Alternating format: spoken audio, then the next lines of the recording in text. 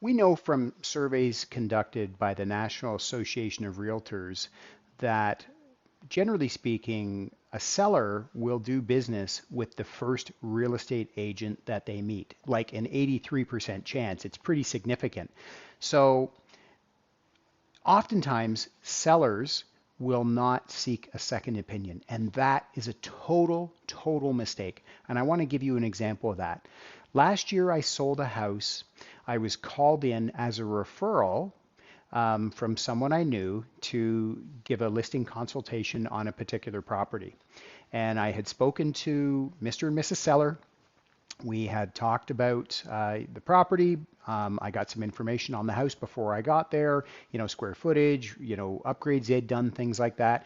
And I did my research. And my research, I work it a few different ways. I mean, I'm looking at comparables, but I'm also looking at HPI, or the home price index that Toronto Real Estate Board puts out.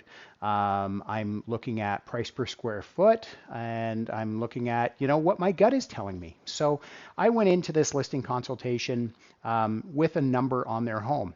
Now, they had already had another agent in there, and I didn't know that. So when I sat down at the table, we went through our marketing plan of action and what we do to get so many homes sold.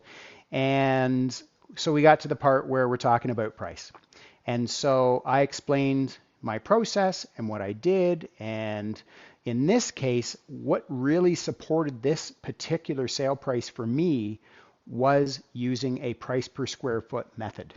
And I wasn't seeing a comparable, especially once I got to see the house, I wasn't seeing a comparable that really, was directly comparable to this property. And so none of the other math kind of fit.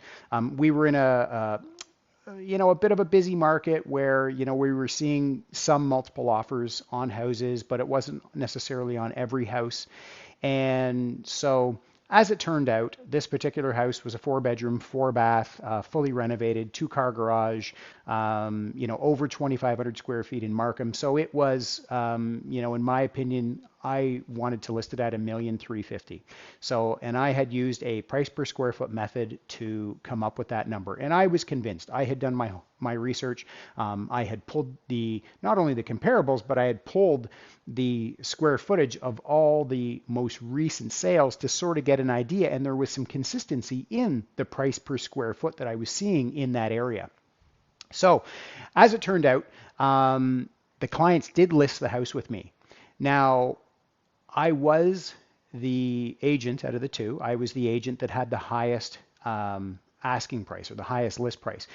We know this sometimes in the market is called buying the listing, where an agent will go in and they will give you a number that's drastically higher than anybody else, but there's no support for it. It's just not supported in the market. There's no bearing in what's been happening in the market. In this case, I had some genuine data and math. I had like scribbled sheets of, work I had done on this house. So, I mean, it showed to the seller that I had done my homework.